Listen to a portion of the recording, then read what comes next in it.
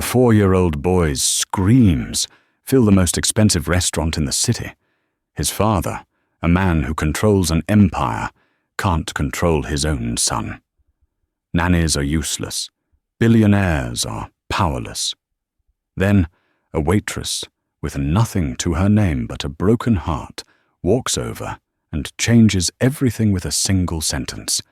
He just needs a mum. But what she doesn't know is that this grieving child and his powerful father are tangled in a dark secret that destroyed her own life. This isn't a story about a tantrum. It's about a reckoning. The air at the Serafina wasn't just air. It was a curated atmosphere. At $300 a plate, guests didn't just pay for food. They paid for silence, for the weight of heavy silverware on linen, and for the hushed, almost invisible service. Irina Sullivan, clad in the restaurant's severe black uniform, was an expert in being invisible. She was a ghost who refilled water glasses, a shadow who cleared crumbs. Tonight, that silence was being murdered. It wasn't a subtle disruption.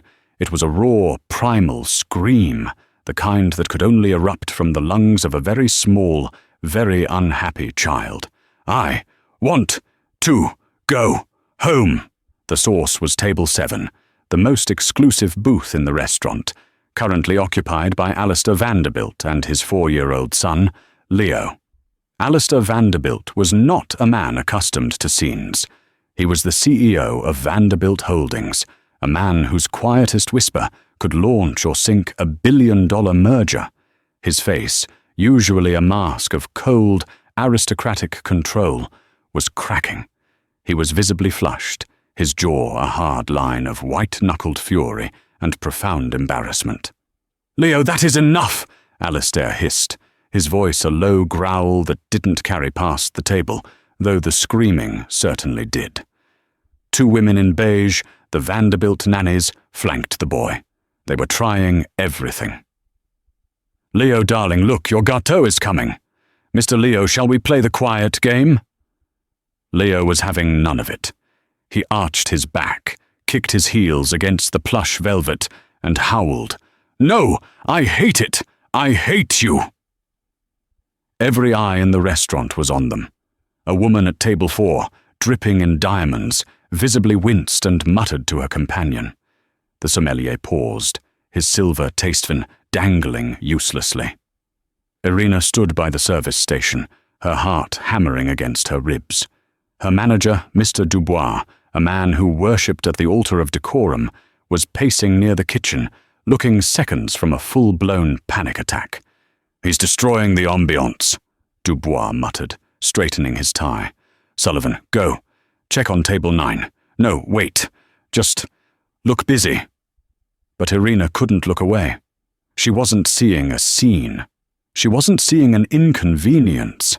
She was seeing pure, unadulterated pain. She saw a little boy, drowning in a suit too small for him, who was desperate for something no one at that table was giving him. Alistair, in a final, fatal move of desperation, tried to physically restrain his son, grabbing his small shoulders. "Leo, you will stop this. Now." The physical contact was like a lit match to gasoline. Leo exploded. He began to cry so hard he couldn't breathe, his small face turning a terrifying shade of purple. "He can't breathe," Irina whispered. She didn't know why she moved. It was a violation of every rule at the Serafina. You do not approach a VVIP. You do not interfere. You certainly do not offer parenting advice to a billionaire. But her feet were moving before her brain could stop them. She saw Mr. Dubois' eyes widen in horror. "Sullivan! No!" She ignored him. She walked straight past the flustered nannies and knelt, putting herself directly in the line of fire. She was now eye level with the most powerful man in the room and his hysterical son. Alistair Vanderbilt looked at her as if she were a roach. "Can I help you?" he spat. Irina didn't look at him. Her eyes were locked on Leo. The boy had paused his screaming, his breath hitching in a new, curious sob as this strange woman appeared. Irina's voice was low, soft, and didn't carry an ounce of the room's panic. "You're very sad," she said to Leo. Leo hiccuped, his eyes wide and wet. "It's okay to be sad," she continued, her gaze unwavering. "This is a very boring place for a boy. It's too quiet, and your chair is too fuzzy." A small, wet sniffle came from Leo. He rubbed his nose. "It's fuzzy." "I know," Irina smiled, a tiny, sad smile. "And you're angry. That's okay too. But the screaming, it's making your throat hurt, isn't it?" Leo nodded, his lip trembling.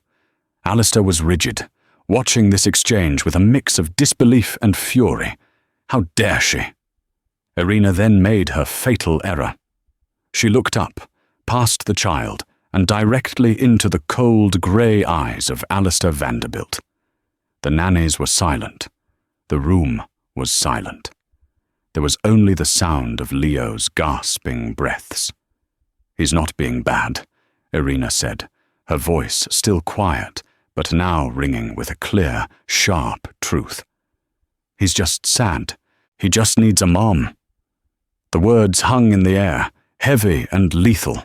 Alistair's face went from red to a terrifying, bloodless white. He had been a widower for 4 years. His wife, Serafina, the restaurant's namesake, had died giving birth to the very child who was now ruining his dinner. Irina hadn't known. To her, it was just an observation, a motherless boy crying for a mother. To Alistair, it was a public vivisection. He stood up slowly, the power returning to him like a shroud. He dropped a black American Express card on the table. "We're leaving," he said to the nannies, who scrambled to grab Leo. But Leo, in a sudden burst of energy, scrambled away from them and did the one thing that sealed Irina's fate. He lunged for her, burying his face in her black apron. "Stay with me!" he wailed. Alistair looked at Irina, his eyes now devoid of all emotion. They were the eyes of an executioner. He peeled his son off her, handed the boy to a nanny, and turned back. He didn't raise his voice. He didn't have to. "Mr. Dubois," he said, his voice cutting through the restaurant. Dubois was at his side instantly, sweating. "Mr. Vanderbilt, my deepest apologies. The gâteau is on the house, of course." Alistair held up a hand.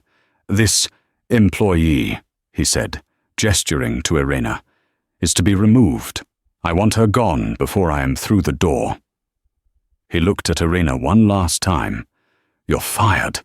Irina felt the blood drain from her face. She watched Alistair Vanderbilt turn, his long black coat sweeping behind him, and walk out of the restaurant, leaving his son's cries and her entire future shattered in his wake. Irina's hands were shaking so hard she could barely unbutton her uniform in the staff locker room. She could hear Mr. Dubois on the phone in his office, his voice a high-pitched whine of apologies. "Utterly unacceptable, Mr. Vanderbilt. No, of course. She is gone, I assure you." She was gone.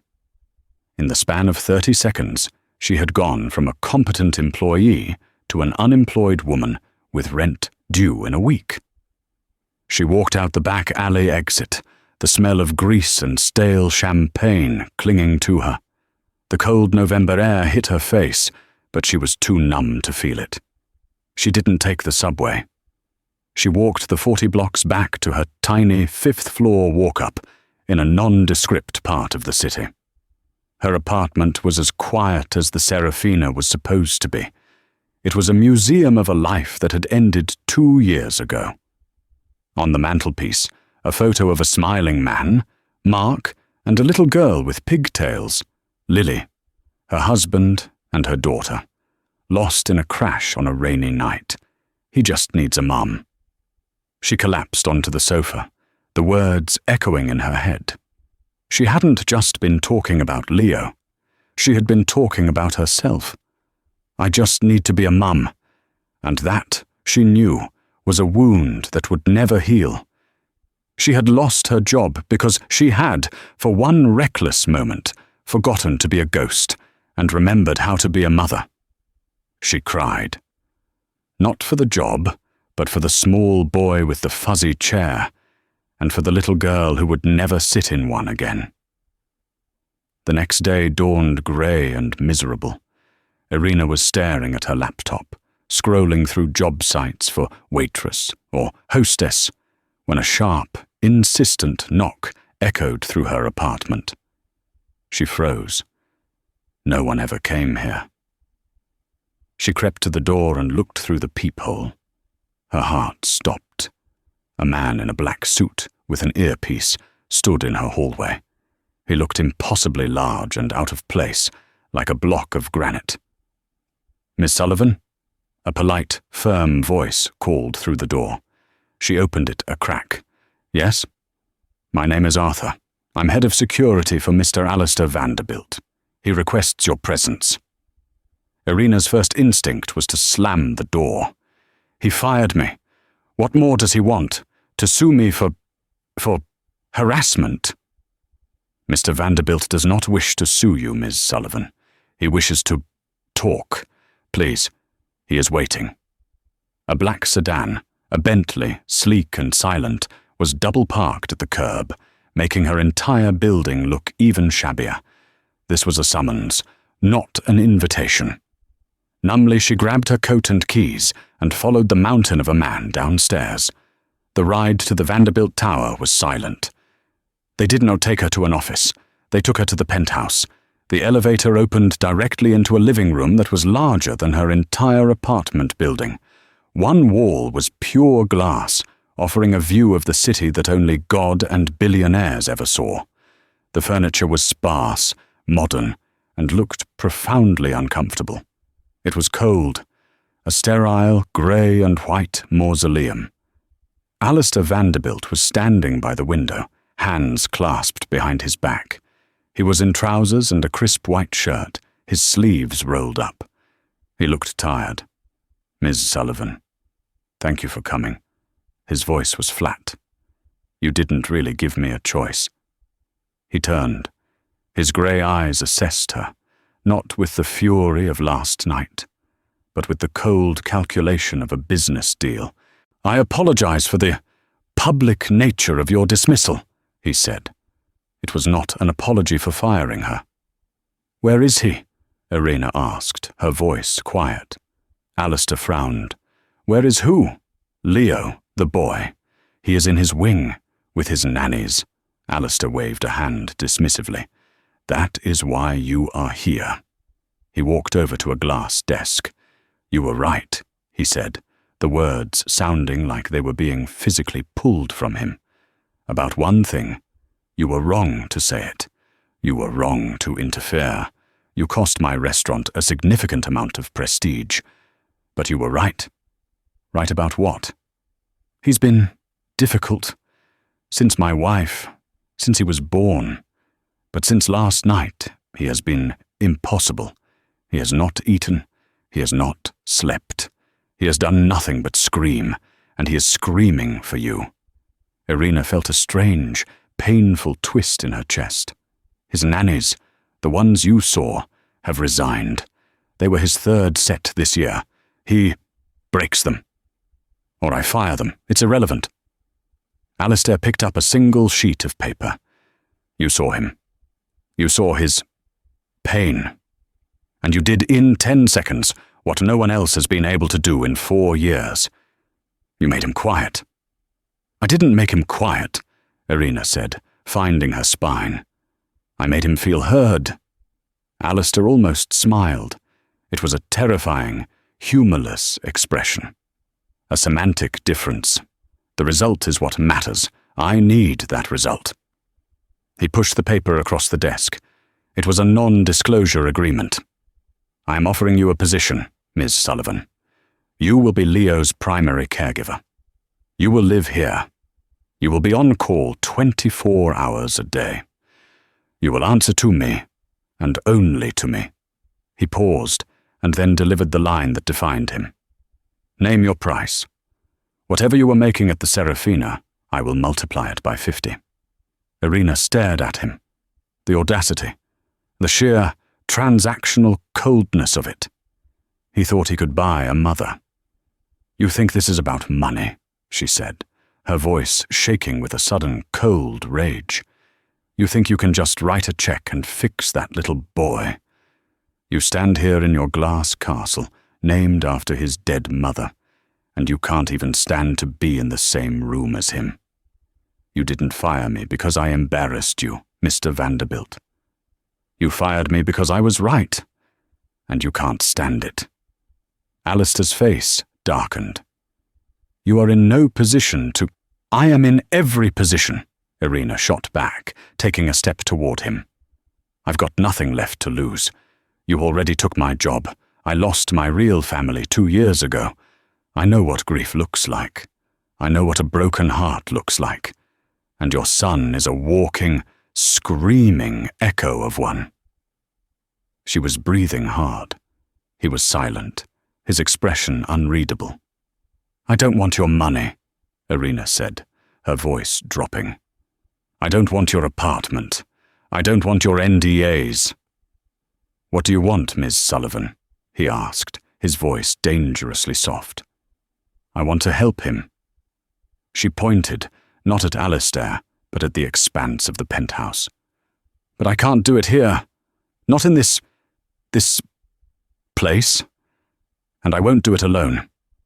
You will have a full staff. I don't mean staff. She met his gaze. I mean you. You think you can hire a replacement, Mum? You can't. He doesn't need a nanny. He doesn't need a waitress. He needs a father.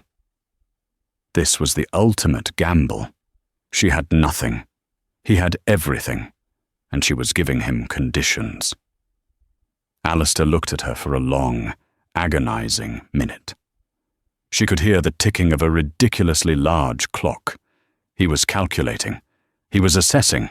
He was, she realized, a man drowning and deciding if the lifeline she'd thrown him was worth the humiliation of grabbing it. You will sign the NDA, he said finally. You will live here. The terms are non-negotiable. And you, Irina countered, will be home for dinner every night at 6 p.m., not 6:01, and you will be present. No phones, no work, just you and me and your son. You will try. You will actually try. She was asking the most powerful man in the city to clock out at 5:30. He stared at her. That is absurd. That's the deal, Irina said, grabbing her coat. If it's too absurd for you, find a fourth set of nannies. Good luck. She turned and walked to the elevator, her heart hammering. Her hand was on the call button. Wait. She stopped, her back to him. You start tomorrow at 7 a.m. She turned. Alistair was watching her, his face a mask of profound reluctance. One more thing, Irina said. What now? He sighed, exasperated. I'm not a nanny. I'm not a caregiver. From now on, you will refer to me as Ms. Sullivan or Irina. But you will not call me the help, and you will never call me the nanny. Understood? Alistair Vanderbilt, for the second time in 24 hours, was rendered speechless by this woman. He gave a single, curt nod. Tomorrow, 7 a.m. The Vanderbilt penthouse was not a home. It was a fortress of silence, marble and beige. Irina arrived at 7 a.m. sharp, not in her waitress uniform, but in jeans, a simple sweater, and sneakers. The head of security, Arthur, let her in with a respectful nod. The power dynamic had shifted. Leo's wing is to the east, Mrs. Sullivan. His schedule is on the kitchen tablet. Irina walked into the kitchen, a vast expanse of stainless steel and black granite that looked like it had never seen a hot meal. On a tablet, a schedule that would make a drill sergeant weep. 7 a.m. Wake, hygiene, dressing, formal. 7:45 a.m. Breakfast, macro-balanced, no sugars. 8:30 a.m. French lessons. 9:30 a.m. Introduction to economics, age-appropriate. 10:30 AM, supervised play, sensory neutral. 11:15 AM, lunch. 12. Past PM, nap. Introduction to economics, Irina muttered. He's 4. She tore the tablet from its magnetic holder and tossed it onto a counter, where it skidded and hit a $5,000 espresso machine. She walked to Leo's wing. The nannies may have quit, but a new one, a stern-looking woman in grey, was already there, trying to force Leo's arms into a tiny blazer. "I don't want to!" Leo was screaming, already starting his day at peak tantrum. "Miss Sullivan," the new nanny said, not looking up. "I am Anya. I am to assist you." "Hello, Anya. You can go," Irina said politely. Anya blinked. "Go where?" "Go home. For the day. Or for good. I don't care. But you're not needed." "But Mr. Vanderbilt's sister is not my boss," Irina said, her voice firm. "Mr. Vanderbilt is, and he hired me. Goodbye." Anya, clearly not paid enough to fight this, looked relieved. She scurried out. Irina knelt. Leo was watching her, his eyes red-rimmed and suspicious. "Hi, Leo." "Are you the new nanny?" He spat. "No, I'm Irina. I'm the lady from the fuzzy chair." This gave him pause. "Dad fired you." "Yes, he did," Irina said, sitting on the floor, ignoring the blazer. "He's very dramatic." A tiny smile flickered on Leo's face. "Dramatic. Very. Now, I have a question. That schedule." She pointed to a printed copy on his wall. "Introduction to Economics. What is that?" "It's stupid," Leo mumbled. "We talk about scare, city." "Scarcity," Irina corrected, horrified. "Well, that does sound stupid. I have a better idea." "What?" "Do you know how to make pancakes?" Leo's eyes went wide. "Pancakes? Anya says they're empty calories. Well, Anya's not here, and I think we can make them full calories, with chocolate chips and whipped cream and flour. Lots and lots of flour." An hour later, the pristine kitchen was a war zone. Flour dusted every surface. Eggshells were on the floor. And Leo Vanderbilt was, for the first time Irina had ever seen, giggling. He had a smear of flour on his nose, and his pajamas were covered in batter. Okay, Irina laughed, holding up her hands as Leo tried to dump a cloud of flour on her head. "Truce. We have to cook them now." They ate their empty calories, sitting on the floor, right in the middle of the kitchen, using their fingers. Leo was a different child. He was bright, funny, and messy. He was, Irina thought with an ache, so much like her Lily. The sound of a throat clearing snapped her out of it. Well, what is this?" Irina looked up. Standing in the doorway was a woman who was the female equivalent of Alistair. Tall, impossibly thin, in a severe Chanel suit, with hair pulled back so tightly it looked painful. Her eyes, the same cold grey as her brother's, swept over the scene with undisguised contempt. "And you must be the waitress," the woman said. Her voice was pure ice.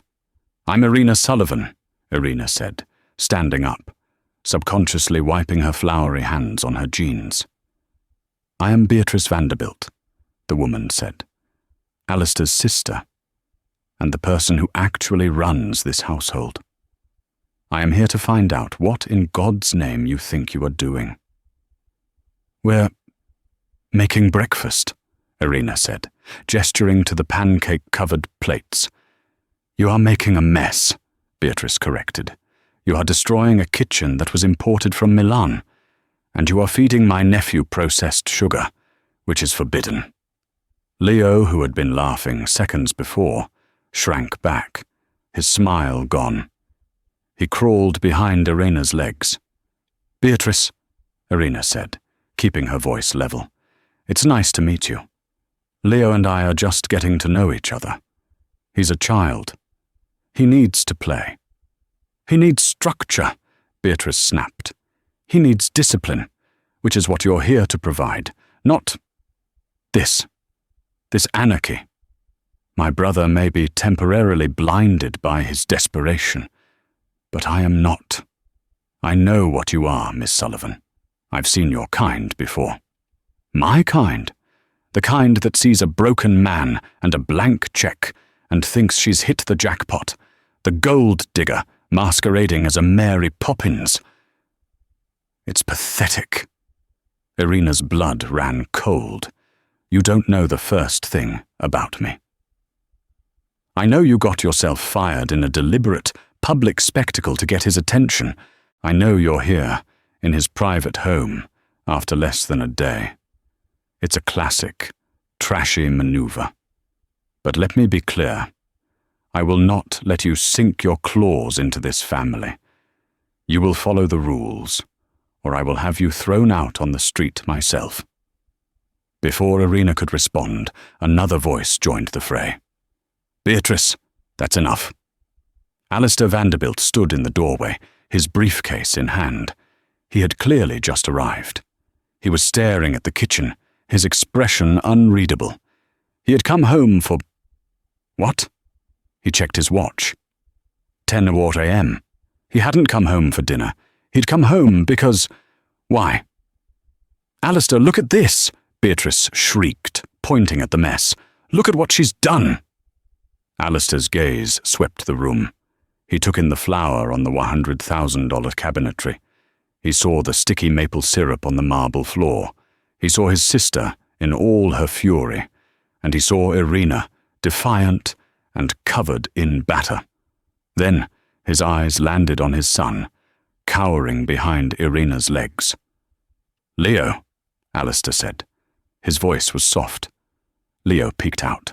Alistair looked at the flour on the counter. He looked at his son.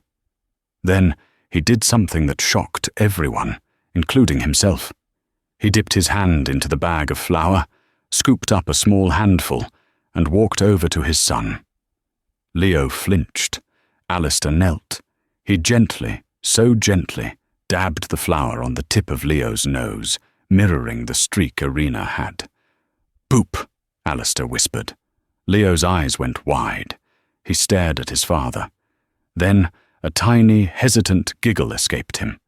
Alistair's face softened. A crack appeared in the marble. He looked up at Irina, over his son's head. His eyes weren't cold. They were something else. Confused, grateful, wary. Beatrice, Alistair said, standing up, his voice now firm. Ms. Sullivan is in charge of Leo's care. Her methods are her own. You are not to interfere. Is that clear? Beatrice looked like she had swallowed acid. Alistair, you can't be serious. She is a waitress, and she has done more in one morning than you have in 4 years, Alistair said. The words were quiet, but they hit Beatrice like a physical blow. She turned, her face a mask of pure hatred, and stormed out of the kitchen. Alistair looked at the mess. He looked at Irina. He seemed at a loss for words. You're early, Irina said, her heart still pounding. I forgot a file, he stammered, clearly a lie. I'll be home at 6 for dinner. He turned and left. Irina let out a breath she didn't know she was holding. She looked down at Leo.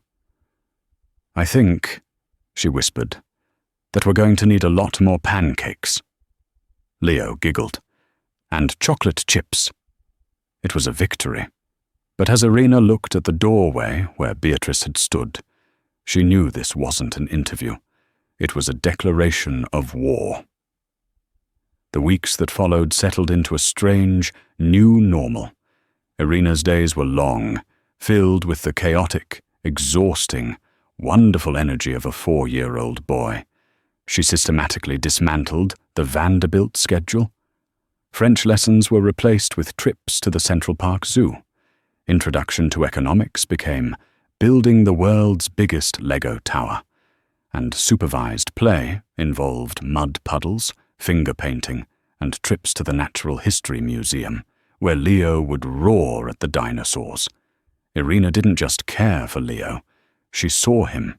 She learned that his favorite color was rainy day blue. that he was terrified of loud sneezes, and that he thought the man in the moon was his mommy. The penthouse, once a sterile showplace, began to look like a home. A pair of small, muddy boots was permanently by the door. A vibrant, messy finger painting was, to Beatrice's horror, taped to the stainless steel refrigerator. The sound of a child's laughter echoed in the marble halls. Alistair kept his promise. Every night at 6 p.m., the elevator doors would open. He would walk in, and for 3 hours he was not CEO. He was just damned. It was, at first, excruciatingly awkward. Alistair was a man who spoke the language of stock options and hostile takeovers, not guess who, and the very hungry caterpillar. What do we do?" he asked Irina on the third night, staring at his son as if Leo were a volatile and confusing stock market. "You ask him about his day?" Irina said, pushing a plate of chicken nuggets, another new, forbidden addition, toward him. "And you listen to the answer." Slowly, painfully, he learned. He learned to build Lego towers. He learned to read bedtime stories, finding a talent for monster voices. He learned to sit on the floor, getting his expensive suit trousers wrinkled, and just be. One evening, Irina was watching from the kitchen as Alistair and Leo built a blanket fort in the massive living room.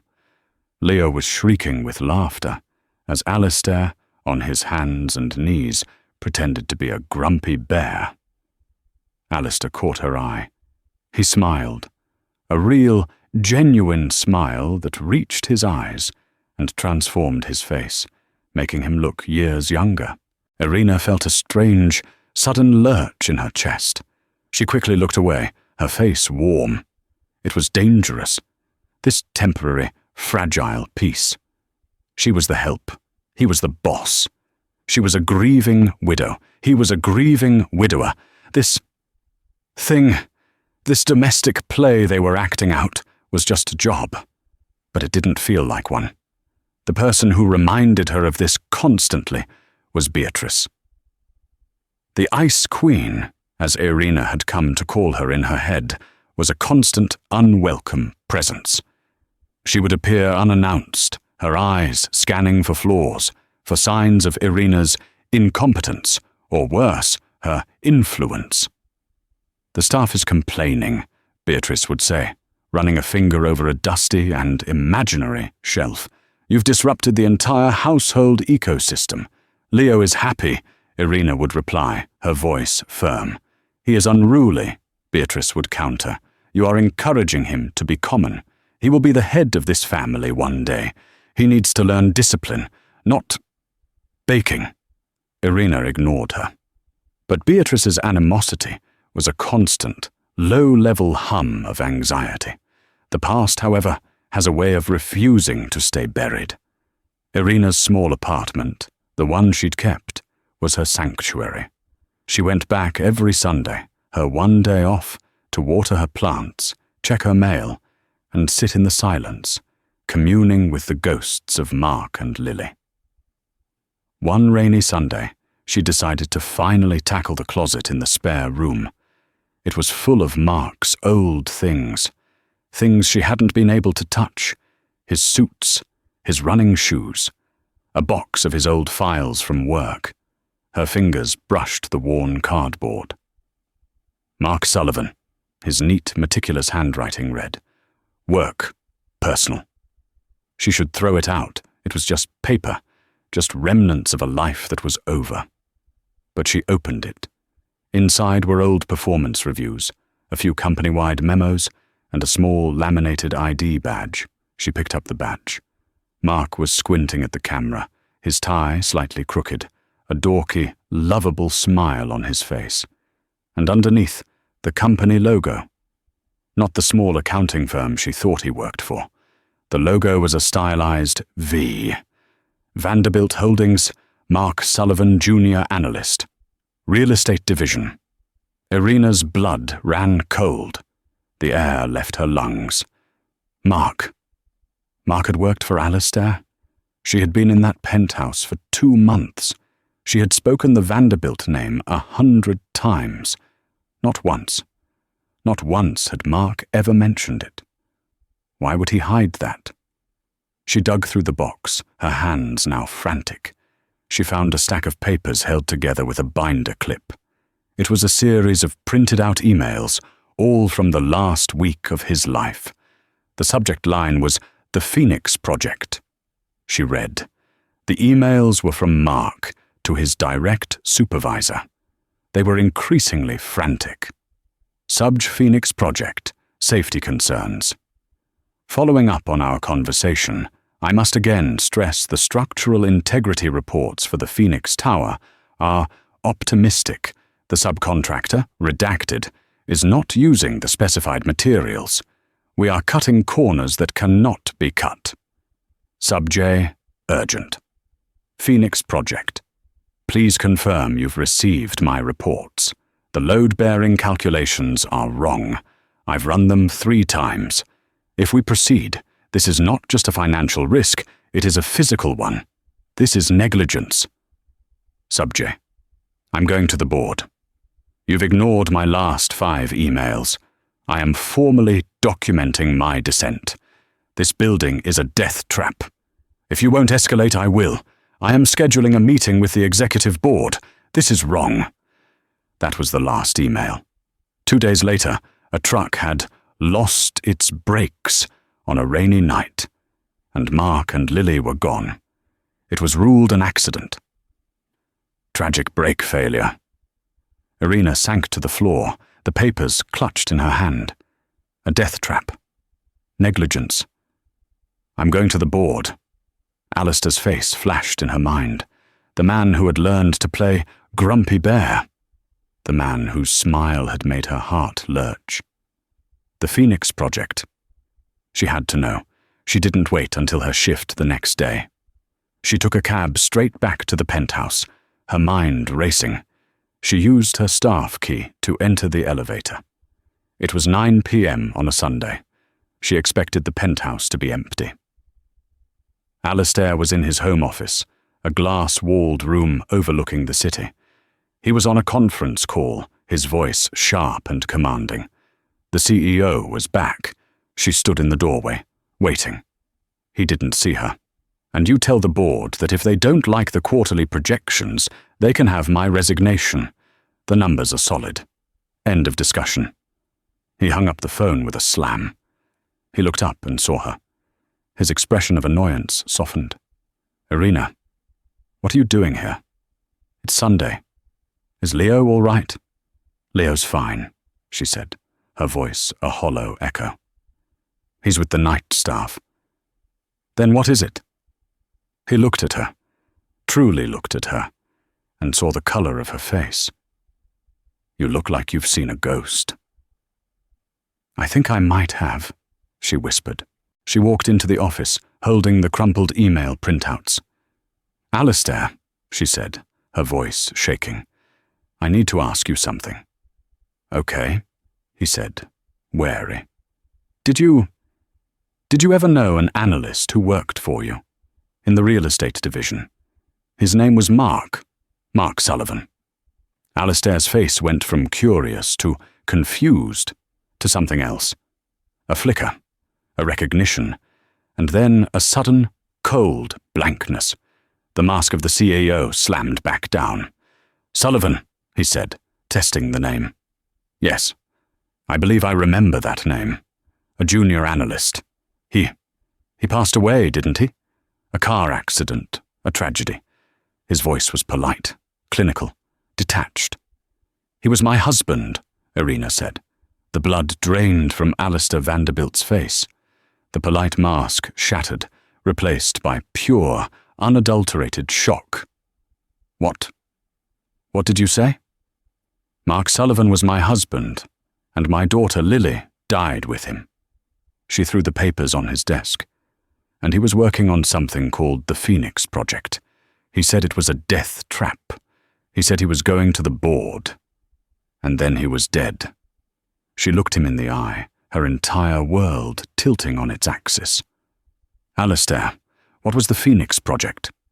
Alistair looked at the papers, at her, at the city lights. He was as white as a sheet. He looked not just shocked, but guilty. Get out, he whispered. What? Get out of my office. Now. His voice was a low, terrifying growl. I'm not leaving until you tell me, Irina cried.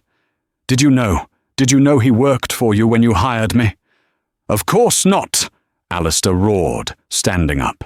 I don't look at the resumes of my son's nannies. The word nanny was a deliberate, cruel cut.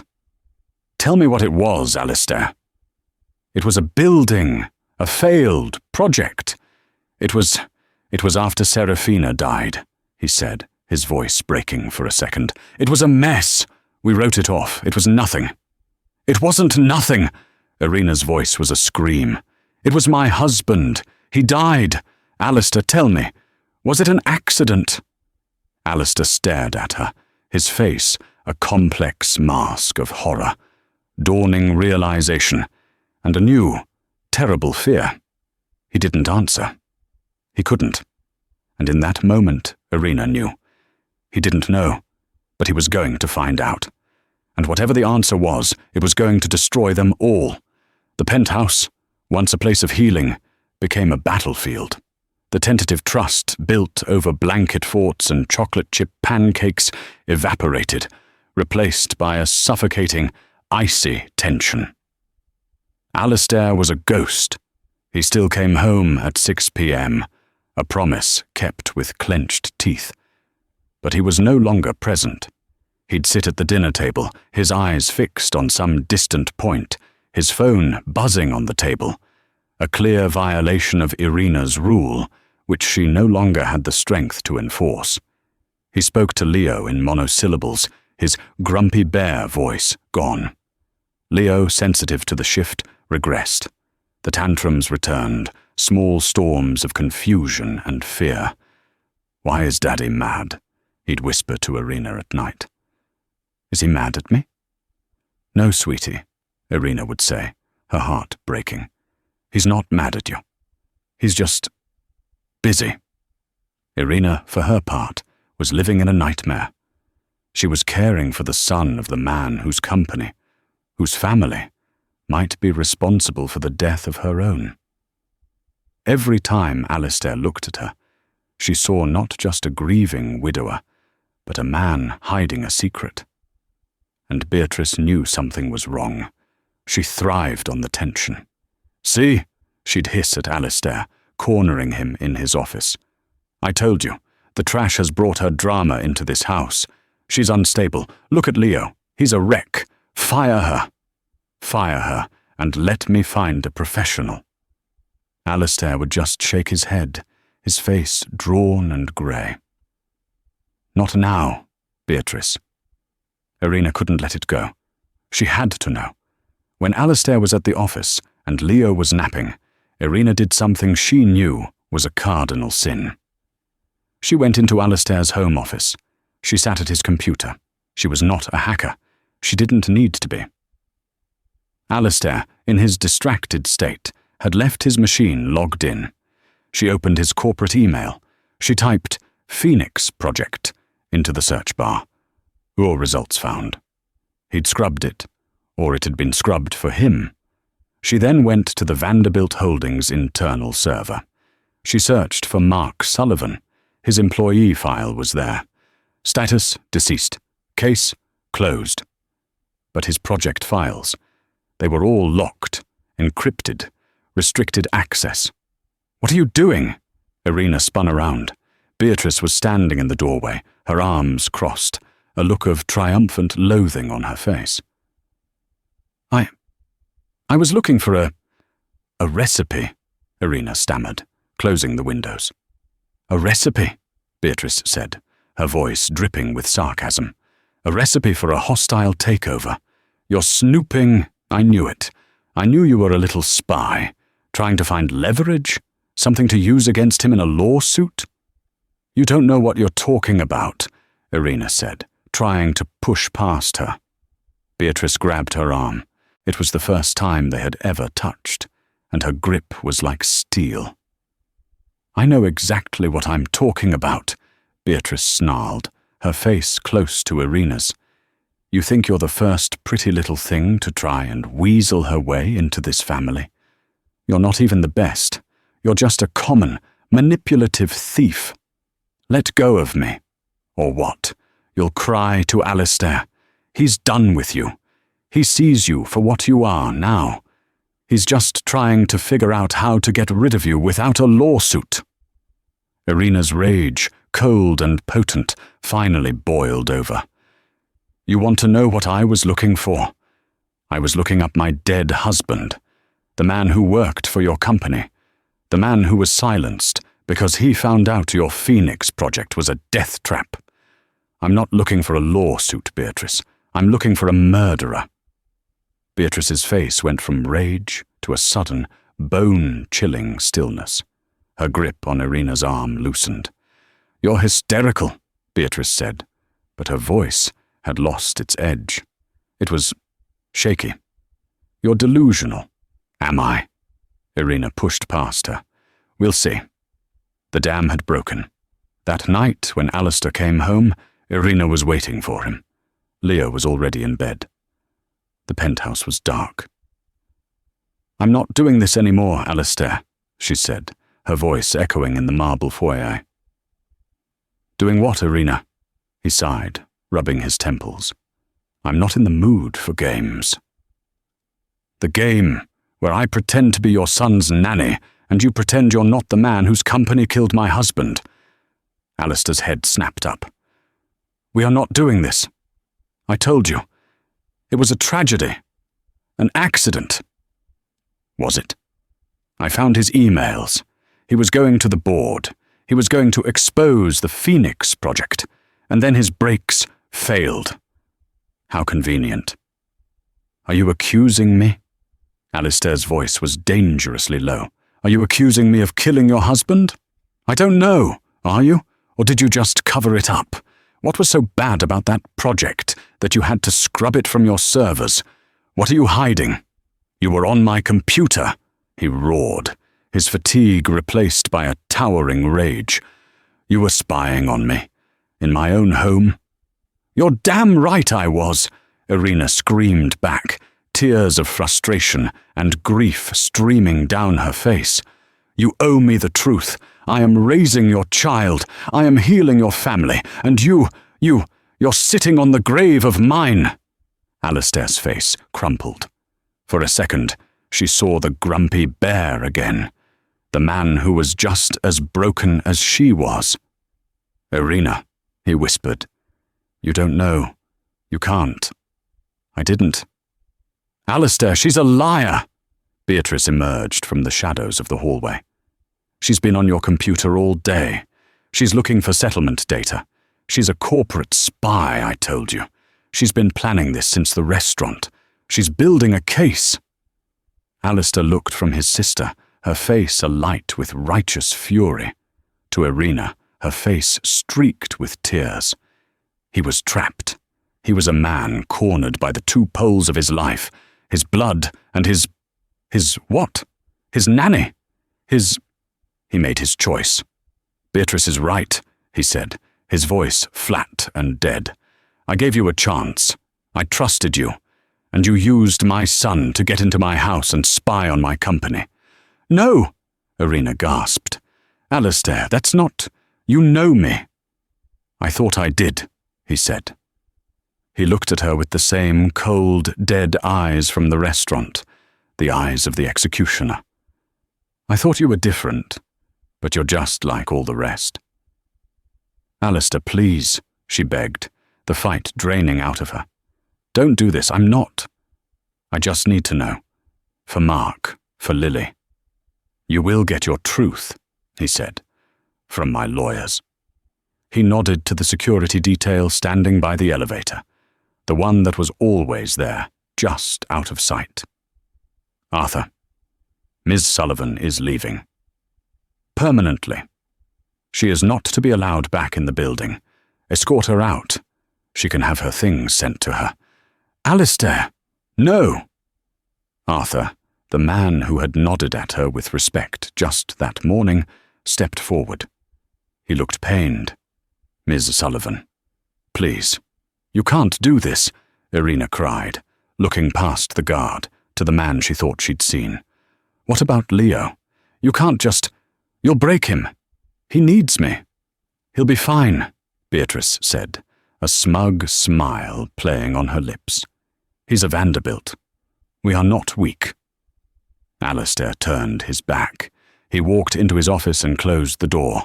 The lock clicked. "Please, Alistair." But he was gone. "This way, Ms. Sullivan," Arthur said, his voice gentle but firm. Irina looked at the closed door. She looked at Beatrice's triumphant smirk. She had lost. She had lost her husband. She had lost her daughter. And now she had lost the little boy who had become her world. "Mommy?" Irina froze. Leo was standing at the top of the grand staircase, rubbing his eyes, his pajamas on backward. He was holding his stuffed bear. "Ayla, why are you shouting? Why is the big man here?" Irina's heart shattered into a million pieces. She couldn't speak. "Go back to bed, Leo," Beatrice snapped. "Your nanny is leaving." "Leaving?"